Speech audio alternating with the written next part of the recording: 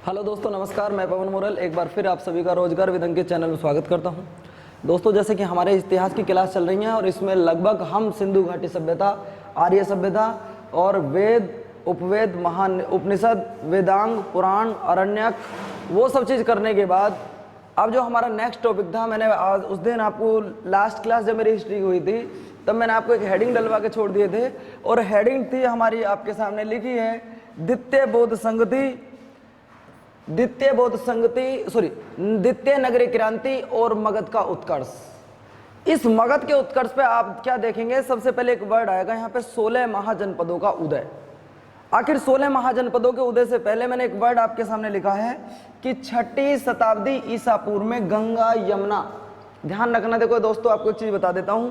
एक वर्ड ऊपर लिखा है, सामने आप आराम से स्क्रीनशॉट ले सकते हैं। मैंने एक वर्ड लिखा है दोआब। कई बार ये समस्या का विषय हो जाता है कि दोआब क्या होती है, इसे कैसे याद किया जाए। तो दो नदियों के जो बीच का क्षेत्र होता है उसे दोआब कहा जाता है। याद रखना, जो भी क्षेत्र दो नदियों के बीच में आता हो वो दोआब कहलाता है। चाहे आप वो गंगा जमुना का हो, चाहे कोई किसी भी दो नदी के बीच का क्षेत्र जो होगा वो दोआब कहलाएगा। बस आपको ये याद रखना है।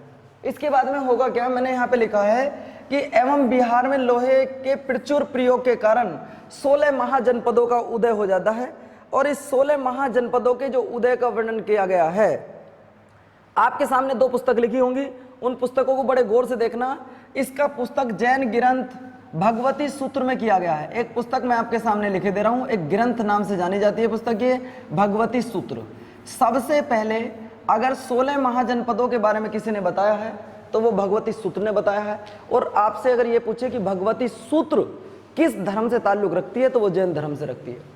देखिए, अगर मैं बौद्ध धर्म को मानता हूं तो बौद्ध धर्म वाले मुझे अच्छा बताएंगे, जैन धर्म वाले बुरा बताएंगे। अगर मैं जैन धर्म को मानता हूं तो जैन धर्म वाले अच्छा बताएंगे और बौद्ध धर्म वाले बुरा बताएंगे। एक कंडीशन ऐसी घटेगी कि एक ही बंदे को, उदाईन नाम के एक ही बंदे को एक धर्म गलत बताएगा और दूसरा धर्म गलत सही बताएगा। एक धर्म पितृहंता कहेगा और दूसरा वंश पितृ भक्त कहेगा। आखिर ये क्यों कहा गया? एक लड़ाई में दो वंश कहां से निकल के आ गए, ये जिसमें एक जैन धर्म होगा, एक हमारा बौद्ध धर्म होगा। ये दो धर्म जो निकले थे ये एक सामाजिक क्रांति के रूप में उभरे थे बहुत अच्छे से। और एक कहानी के माध्यम से मैं आपको बताने की चेष्टा करूंगा और उम्मीद करूंगा कि ये क्लास बिल्कुल हमारे लिए इस तरीके से महत्वपूर्ण हो जैसे कि हर पेपर में हमारे लिए एक नंबर आना बड़ा मुश्किल, एक नंबर जोड़ना बड़ा मुश्किल होता है। लेकिन इस क्लास से आज हमें यहाँ तक की जो इतिहास हमने पढ़ा है, उम्मीद करते हैं कि अगर और सबसे बड़ी बात, दिल्ली पुलिस के लिए जो हिस्ट्री मैं आपको पढ़ा रहा हूं और जब तक मैंने जो आपको पढ़ाई है, चाहे वो कोई सा भी आपका एग्जाम हो, वो दिल्ली पुलिस का हो, यूपीएसआई के लिए हो, बिल्कुल सफिशिएंट है। आपको बाहर की कोई चीज़ पढ़ने की आवश्यकता नहीं है, कोई ल्यूसेंट पढ़ने की जरूरत नहीं है। बहुत किताबों में बहुत ज़्यादा लिखा है, कुछ वगैरह वगैरह पढ़ने की जरूरत नहीं है। बस जितना पढ़ा है, ये 40-45 वीडियो हैं, इन्हें 2 बार 3 बार 4 बार 5 बार जितनी बार आप ज़्यादा से ज़्यादा रिवाइज कर सकें उतना आपका बेनिफिट होगा। ठीक है दोस्तों, तो इसी बात में अपनी क्लास को आगे बढ़ाते हुए मैंने बताया कि जैन धर्म का जो वर्णन, जैन धर्म की पुस्तक थी भगवती सूत्र, उसमें वर्णन किया गया। इसी तरीके से एक बौद्ध धर्म का ग्रंथ था जिस ग्रंथ का नाम था अगुत्तर निकाय। देखो ध्यान से फिर सुन लीजिए, एक धर्म बौद्ध धर्म का निकाय अगुत्तर और जैन धर्म का है भगवती सूत्र। ये जो चर्चा कर रहा है, यह विवेचना की जा रही है, इन्होंने 16 महाजनपदों की चर्चा की है। देखिए, अब एक वर्ड निकल के आएगा मगध राज्य और मगध का उत्कर्ष, यानी कि बिहार। यहाँ पर जितने भी राजा होंगे वो ज्यादातर राजा अपनी राजधानी चेंज करेंगे। कोई पाटलिपुत्र लेके जाएगा, कोई वैशाली लेके जाएगा, कोई राजगीर। आखिर क्या कारण था कि सभी राजाओं को अपनी राजधानी चेंज करनी पड़ी? वो चीज एक एक वर्ड बड़े प्यार के साथ और तसल्ली बख्श आपको समझाने की कोशिश करूंगा। आज की जो हमारी प्योर हेडिंग आपके सामने लिख रही है, हेडिंग बहुत प्यार से समझिए कि 16 महाजनपद और उनकी राजधानी। कभी पेपर में सवाल बहुत रेयरी केस में आ जाते हैं, ऐसा कभी कोई डिस्क्रिप्टिव एग्जाम की तैयारी आप नहीं कर रहे हैं, यूपी पुलिस और यूपीएसआई में आपका एग्जाम है और दिल्ली पुलिस आपका एग्जाम है, उन एग्जाम के लिए बहुत है जितना मैं आपको पढ़ा दिया हूँ। लेकिन फिर भी कई बार होता क्या है कि वो आपसे ये पूछ लेता है कि वर्तमान में कौन कहाँ पढ़ता है। जैसे कि मैंने लिखा है, वर्तमान में मगध पढ़ता है पटना में और राजधानी थी इनकी उस समय पाटलिपुत्र। जैसे मैंने कहा, अपने 16 में से जो खास मुझे ज़्यादा इंपॉर्टेंट लगते थे वो लगता था एक काशी, जहाँ से क्वेश्चन एक बार आया है कि काशी की राजधानी क्या है। दूसरा, कौशल की राजधानी जो पूछा श्रावस्ती। अब श्रावस्ती में क्यों आपको इंपॉर्टेंट बता रहा हूँ, इसलिए बता रहा हूँ क्योंकि महात्मा बुद्ध ने जो अपने उपदेश दिए थे वो पहला उपदेश तो सारनाथ में दिया था, लेकिन महात्मा बुद्ध जी ने जो अपने सबसे ज्यादा उपदेश दिए थे वो शिरावस्ती में दिए थे। इसीलिए ये इंपॉर्टेंट है। जरूरी नहीं कि आप 16 महाजनपद याद करेंगे और उनकी राजधानी याद करेंगे। आपको करना क्या है, आप 16 को एक बार 2 बार लिख के देख लो। उम्मीद करता हूं कि आपको 5-6 याद हो जाएंगे, और मैं कुल आपको 6 या 7 ही बता रहा हूं जो सिर्फ आपको याद करने हैं। 3 ये हो गए। इसके बाद में एक करना है आपको जो सबसे ज्यादा इंपॉर्टेंट है, उसके बारे में मैंने थोड़ी थ्योरी भी लिखी है। मल। मल के आगे लिखा मैंने, इसी गणराज्य के कुशीनगर में महात्मा बुद्ध जी को और पावापुरी में महावीर स्वामी जी को महापरिनिर्वाण प्राप्त हुआ था। यानी कि इन दोनों की जो मृत्यु हुई थी वो मल में ही गणराज्य के कुशीनगर में हुई थी महात्मा बुद्ध जी की, और पावापुरी में हुई थी महावीर स्वामी जी की। वो दोनों जगह पड़ती कहां पड़ती, 16 महाजनपद कौन सी थी, वो पड़ती थी मल में। इसलिए ये इंपॉर्टेंट है। 4 इंपॉर्टेंट हो गए। इसके बाद आपको याद करना है कुरु, जिसकी राजधानी हुआ करती थी भैया इंद्रप्रस्थ। और इसके बाद एक और करना है आपने सूरसेन, जिसकी राजधानी हुआ करती मथुरा। और एक करनी है विराटनगर है शायद मत्स्य की। ये आपने करनी है बस, और आप याद करना या मत करना। इसके बाद में आप फिर भी 16 को एक बार रिवाइज कर सकते हो। चाहो तो मैं एक बार आपको फिर दिखा सकता हूं। 16 महाजनपद के 16 के 16 नाम आपको बताऊंगा। बड़े प्यार से आप स्क्रीनशॉट लें इसका, हमारे 6 तक आ जाएंगे स्क्रीनशॉट में। अंग जो कि उत्तरी बिहार में पड़ता है, राजधानी चंपा। मगध वर्तमान में पटना में पड़ता है, राजधानी पाटलिपुत्र है। आप आराम से देखिए, लिच्छवी, वैशाली, काशी, कौशल, मल। इसी तरीके से हम लोग अपने 16 महाजनपद कर लिए। वत्स, कुरु, पांचाल। कई बार ये पूछ लेता पांचाल, हाँ पांचाल की राजधानी मैंने लिखी काम्पिल्य। और यहाँ से पूछता एक क्वेश्चन कि द्रौपदी कहाँ के रहने वाली थी। जो महाभारत का संबंध द्रौपदी से था वो काम्पिल्य की रहने वाली थी। दूसरी सबसे बड़ी बात, चलिए भैया ये मैंने आपको करा दिए 16 के 16 महाजनपद। यहाँ से क्वेश्चन आने की संभावना है। मैं आपको एक थ्योरी थोड़ी सी समझाने वाला हूँ। इस हमारे भारत में यहाँ से कुछ वंश चलने स्टार्ट होंगे, और उन वंश में पहला जो वंश होगा, वंश का नाम होगा हर्यक वंश। समझने की कोशिश करोगे, अगर इसे एक दूसरे से रिलेट करने की कोशिश करोगे, तो मैं उम्मीद करता हूँ कि आपको ये सारी चीज़ यहीं और अभी साथ के साथ मेरे साथ में ही याद हो जाएंगे, कि आपको घर जाकर पढ़ने की कोई ज़रूरत नहीं पड़ेगी। एक लाइन आपके सामने लिखी है सबसे ऊपर, मगध राज्य का उत्कर्ष या मगध राज्य का उदय। मगध जो कि वर्तमान बिहार, यानी कि हर्यक वंश, यहाँ पर पहला राजा आता है। और मैं आपको पहले अपनी लैंग्वेज में समझा रहा हूँ, उसके बाद मैंने बोर्ड पे साफ साफ लिख दिया है ताकि आप लोग उसे लिख सकें, क्योंकि बहुत लोगों की ये रिक्वेस्ट थी कि गुरुजी आप बोल देते हो, हमारा लिखा नहीं जाता है। तो मैं उम्मीद करता हूँ बोल मैं आपको अपनी लैंग्वेज में रहा हूँ, मैंने लिखा भी अपनी लैंग्वेज में ही है, लेकिन आपको याद अभी हो जाएगा।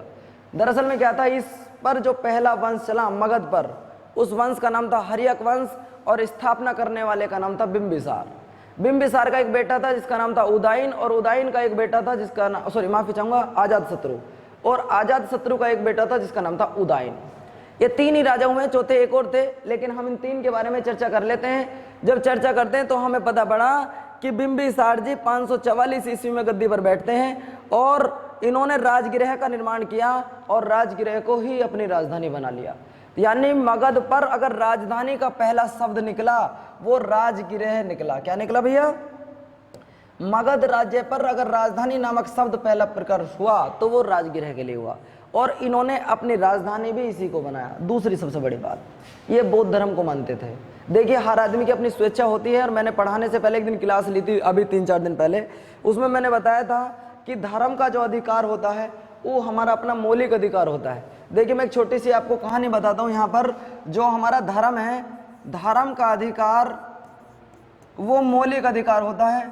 कोई बंदा किसी के साथ जबरदस्ती करके उसका धर्म चेंज नहीं कर सकता, लेकिन अगर कोई व्यक्ति अपना धर्म स्वेच्छा से चेंज करना चाहता है तो वह अपना धर्म जब चाहे, जिस तरीके से चाहे अपना धर्म चेंज कर सकता है।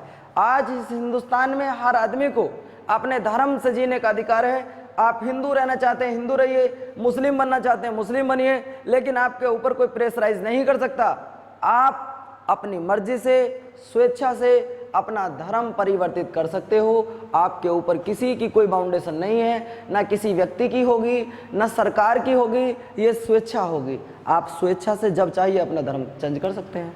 जब ये चीज आपको संविधान में पढ़ाई हो जाएगी, किसी टीचर ने पढ़ाई होगी, तो ध्यान रखना। मैं भी एक चीज आपको बता देता हूं, भारतीय संविधान के अनुच्छेद 25 से 28 तक इसकी विवेचना की गई है और कहा गया कि धर्म का अधिकार एक मौलिक अधिकार है। कोई भी व्यक्ति अपना धर्म जब चाहे जैसे चाहे ग्रहण कर सकता है। आप कहोगे गुरुजी इतिहास में संविधान कहां से आ गया? ये इसलिए आ गया क्योंकि संविधान लागू हुआ 1950 में और धर्म चेंज करने की प्रक्रिया बहुत पुराने समय से चली आ रही है। देखो अब आपके सामने यहाँ पे मैं पढ़ा रहा हूँ बिंबिसार मान रहे हैं बौद्ध धर्म को, तो इसका बेटा भी किस धर्म को मानना चाहिए? बौद्ध धर्म को मानना चाहिए, कायदे के अनुसार तो यही कहता है।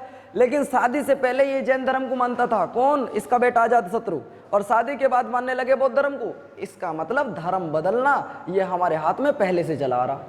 तो भारतीय संविधान के अनुच्छेद 25 से 28 तक कहा गया था कि धर्म का अधिकार एक मौलिक अधिकार है, व्यक्ति जब चाहे अपनी स्वेच्छा से जिस धर्म को चाहे ग्रहण कर सकता है। एक कहानी के तौर पे मैंने आपको याद करने का तरीका बताया था कि हरियाणा में इस तरीके से मुख्यमंत्री थे, बहुत लंबी कहानी है, वो कभी मौका मिलेगा तो बाद में बताऊंगा। वही चंद्रमोहन जी और अनुराधा वाली वाला केस था। बाद में कभी संविधान पढ़ाएंगे तो बिल्कुल बहुत अच्छी तरीके से हम समझ जाएंगे क्या हुआ था।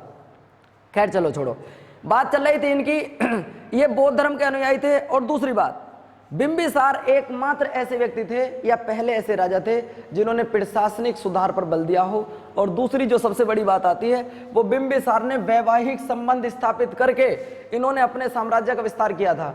अब भैया वैवाहिक संबंध क्या होती है? अपनी शादी एक इन्होंने दक्षिणी भारत में कर ली, एक उत्तर भारत में कर ली, दो राजाओं से संबंध हो गए। अपने बेटे की शादी करा दी इन्होंने और अपने किसी और बेटे की करा दी। तो इन्होंने अपने साम्राज्य को बढ़ाने के लिए एक नीति अपनाई कि ना किसी से लड़ना है ना कुछ करना है। अगर अपने आप को बढ़ाना तो सबको समधी बना लो, किसी को कुछ बना लो, अपने रिश्तेदार बना लो। क्यों? रिश्ते में लगा लगाकर इसने भारत पर अपना राज किया और लगभग 52 साल इसने भारत में राज किया। इसका बेटा था जिसका नाम था उदयन। क्या नाम था भाई? सॉरी, अजातशत्रु। अजातशत्रु का एक भाई था, चचेरा भाई, जिसका नाम था देवदत्त। देवदत्त के उकसावे में आकर इसने अजातशत्रु ने अपने पिता की हत्या कर दी और गद्दी पर बैठ जाता है। अजातशत्रु की एक उपाधि थी जिसका नाम था कुणिक। अब ये कुणिक क्या होती है इसे समझने की कोशिश करना। अजातशत्रु की एक उपाधि थी जिसका नाम था कुणिक, और अजातशत्रु का जो मतलब होता है अजातशत्रु, जिसका कोई शत्रु ना हो। देखो सबसे बड़ी बात यह है कि जैसा करोगे वैसा भरोगे। इस वंश को हम पितृहंता के नाम से भी जानते हैं। उसका कारण था अजातशत्रु ने अपने पिता की हत्या करके वंश पर राज किया था। अब इसके बाद इनका बेटा भी यही काम करेगा, जैसा बोओगे वैसा तो उपजेगा ही, और भैया जैसा आप करोगे वैसा भरोगे, ये निधि सी बात है। अब अजातशत्रु बौद्ध धर्म को मानता है, पहले जैन धर्म को मानता था, बाद में ये बौद्ध धर्म को मानने लगता है।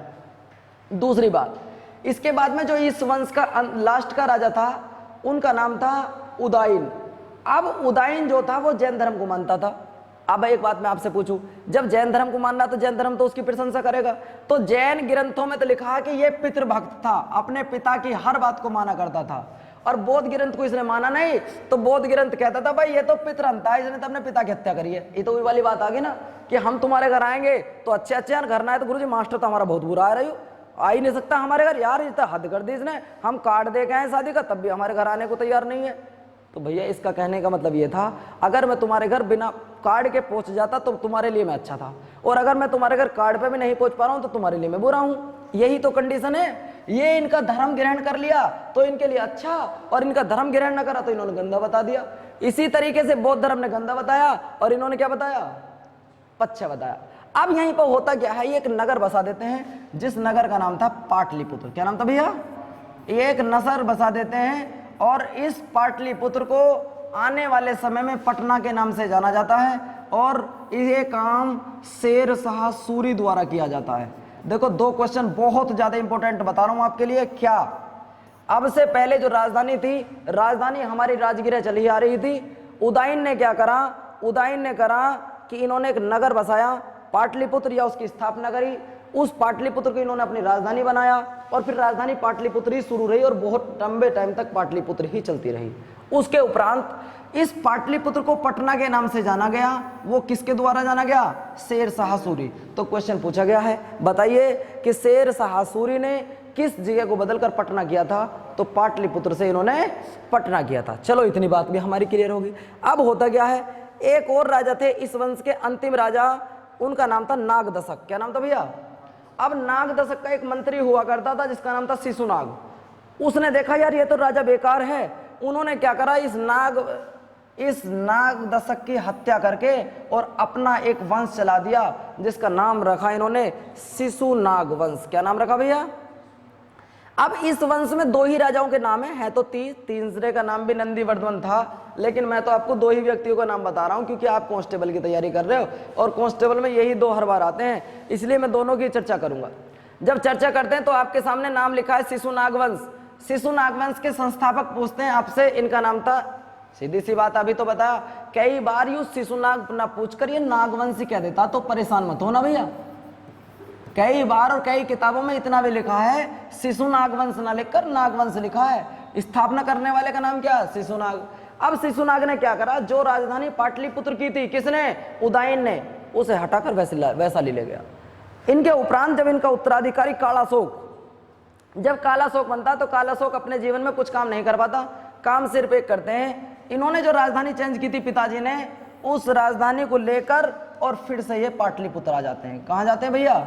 पाटलिपुत्र। और पाटलिपुत्र ही राजधानी, फिर बहुत लंबे समय तक राजधानी पाटलिपुत्र रहती है। और इस वंश का जो अंतिम राजा हुआ करता था उनका नाम था नंदीवर्धन। क्या नाम था भैया? अब जो सबसे ज्यादा इंपॉर्टेंट टॉपिक आपके सामने है, उस टॉपिक को बहुत गौर से देखिए, नंद वंश। इस नंद वंश में मैंने एक नाम लिखा है, गौर से देख लो भैया, महापद्म नंद। और महापद्म नंद के बाद में दूसरे राजा आप पढ़ेंगे घनानंद। घनानंद 2 व्यक्तियों के नाम आपने पढ़ने हैं बस। पहले व्यक्ति का नाम आप पढ़ लीजिए महापद्म नंद और दूसरे का नाम घनानंद।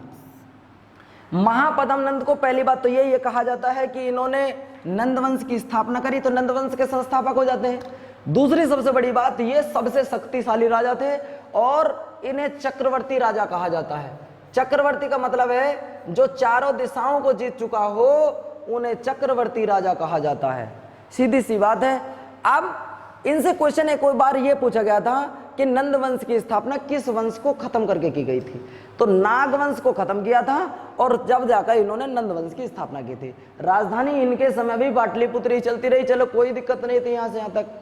अब इनकी मृत्यु के बाद जब राजा बनते हैं घनानंद, कौन बनते हैं भैया? तो घनानंद के दरबार में एक व्यक्ति काम किया करते थे जिन्हें आप जानते होंगे, पक्का गारंटी की बात है मेरे भाइयों, जिनका नाम था चाणक्य, जिनका नाम था कौटिल्य और जिनका नाम था विष्णुगुप्त। यानी कि एक ही नाम के 3 नाम के एक ही व्यक्ति थे ये। या तो आप चाहें तो इन्हें चाणक्य कह सकते हैं, चाहे तो आप कौटिल्य कह सकते हैं, चाहे आप विष्णुगुप्त कह सकते हैं। इस बात से बिल्कुल परेशान मत होना। इनके दरबार में काम किया करते थे चाणक्य, कौटिल्य और विष्णुगुप्त। किसी बात को लेकर घनानंद और चाणक्य के बीच में मतभेद हो जाते हैं और इन्हें दरबार छोड़कर बाहर जाना पड़ता है। लेकिन इनके मन में एक उद्देश्य था कि चाहे कुछ भी हो जाए, मुझे घनानंद की हत्या करनी है और मुझे भारत में अपना कोई अधिकार या अधिकारपत्य, मुझे कोई अपना ऐसा व्यक्ति चलाना है जो यहाँ पे अधिकार को संभाल सके। तब इन्होंने क्या करा, इसी समय पर वेरी वेरी मोस्ट इंपोर्टेंट है, सिकंदर भारत पर आक्रमण कर देता है। कौन कर देता है भाई? अब सिकंदर के बारे में पूरी कहानी बताई जाएगी डिटेल से, चाहे बेशक क्लास बड़ी हो जाए। चाणक्य, कौटिल्य और विष्णुगुप्त दरबार से चले जाते हैं और आप लोगों ने टीवी में सीरियल देखा होगा एक, कौन सा, वो उसका नाम था चंद्रगुप्त मौर्य। उस चंद्रगुप्त मौर्य में चाणक्य, कौटिल्य और विष्णुगुप्त के बारे में बहुत अच्छे से दर्शाया गया है। इनकी पूरी कहानी को रिवाइज किया गया, पूरी कहानी को दिखाया गया। उसमें चाणक्य को पता होने के बावजूद भी उसके साथ बहुत ज्यादा जुल्म किए जाते हैं, बहुत ज्यादा परेशान किया जाता है चंद्रगुप्त मौर्य को, और वो उसमें हर कठिन परिस्थितियों को पास कर जाते हैं। पास करने के उपरांत गुरु कौन है? चाणक्य, कौटिल्य और विष्णुगुप्त। दरअसल में क्या था, जो सिकंदर थे, सिकंदर ने 326 ईसा पूर्व एक युद्ध लड़ा। युद्ध का नाम था हाइडे स्पीच का युद्ध। हाइडे स्पीच का युद्ध या झेलम का युद्ध या वितस्ता का युद्ध, ये एक ही युद्ध है। इसके 3 नाम हैं, हाइडे स्पीच का युद्ध, झेलम का युद्ध या वितस्ता का युद्ध। अब ये वितस्ता का युद्ध जो किया जाता है, ये पंजाब के राजा पोरस के साथ किया जाता है। अब यहाँ पंजाब के राजा पोरस की हार हो जाती है और सिकंदर अपनी सेना को लेकर भारत में एंट्री कर जाता है। कुछ लोगों का मानना यह है कि सिकंदर भारत से वापस चला गया था बहुत जल्दी, यहां तक कि एडम स्मिथ ने तो यह कहा था कि सिकंदर भारत में आंधी की तरह आया और तूफान की तरह चला गया। सिकंदर भारत में आंधी की तरह आया और तूफान की तरह चला गया, क्योंकि सिकंदर मात्र यहाँ 18-19 महीने ही रुका था और सिकंदर ने कभी भी अपने जीवन में कोई युद्ध नहीं हारा था, ऐसा बताया जाता है। बताने का कारण यह था कि सिकंदर जब वहां से युद्ध जीतता हुआ आ रहा था, बहुत सारे इन्होंने युद्ध किए, सब जीते, तो व्यास नदी के किनारे आकर सेना बोली कि भाई अब हमारी हिम्मत टूट चुकी है, हम युद्ध लड़ना नहीं चाहते हैं। जबकि ऐसा होना मुश्किल है, क्योंकि उस समय राजतंत्र चला करता था। अगर सिकंदर की जो व्यक्ति बात न मानता तो हो सकता है सिकंदर उसे मरवा भी सकता था। ऐसा कुछ नहीं था। रियल कहानी कुछ जो बताई जाती है वो ये बताई जाती है कि जो सिकंदर था वो कुछ सूफी संत महाराज टाइप, यानी कि उसे कोई भी व्यक्ति, कोई ब्राह्मण भी हो सकता है, कोई सूफी संत भी हो सकता है, कुछ भी जो भगवान की पूजा अर्चना करता हो, किसी भी रूप में वो व्यक्ति हो सकता है, चाहे वो पादरी भी हो सकता है, वो हाजी जी कुछ भी हो सकते हैं, जो मतलब भगवान को पूजता हो किसी भी रूप में। हम लोग भगवान के रूप में पूजते हैं, ये लोग अल्लाह के रूप में पूजते हैं, कुछ लोग श्री कृष्ण भगवान, सबने अपने अपने अलग अलग नाम दिए, कुछ लोग क्रिसमस के रूप में पूजते हैं। तो भगवान एक है लेकिन पूजने का तरीका अनेक है। इसी तरीके से अब यहां पर जब सिकंदर को मिलते हैं कौन, चाणक्य, तो सिकंदर अपने बारे में पूछता है कि बाबा मेरे जीवन के बारे में कुछ कहानी बताइए। तो सिकंदर से चाणक्य कहते हैं कि बेटा तेरे जीवन के बारे में मैं क्या बताऊं, तेरा जीवन ही व्यर्थ है भारत में आकर, तू एक काम कर भारत से वापस चला जा। अगर भारत से वापस ना गया तो कुछ समय उपरांत तेरे साथ बहुत ज्यादा गलत हो जाएगा। यही कारण यह था, कुछ समय उपरांत यही होता है कि सिकंदर उनकी बात सुनकर भारत से चला जाता है। ठीक है दोस्तों, थैंक यू। आज की ये मेरी क्लास थी। आपसे उम्मीद करता हूँ कि मैंने कहानी जो आपको बताई है वो आपको बहुत अच्छी तरीके से समझ में आई है। और आपको अगर क्लास समझ में आ रही हो तो चैनल को लाइक शेयर सब्सक्राइब जरूर करते रहें और बताएं जरा कोई कमी हो, किसी तरीके की क्लास में कमी हो, या आपको आवाज़ तेज लग रही हो, कम हो, ज़्यादा हो, आपको आईपीसी जो मैंने आज की क्लास में कराई है, आईपीसी और सीआरपीसी की जो मैंने पहली वीडियो आपको दी है, मतलब 2 अधिनियम में करा चुका हूँ। पहला अधिनियम मैंने आपको दहेज प्रतिषेध कराया था, ये आपका मोटर वाहन यान अधिनियम है, 2 मैं करा चुका हूँ। वीडियो कैसी लगी आप मुझे कमेंट्स के माध्यम से जरूर बताएं। ठीक है दोस्तों, धन्यवाद।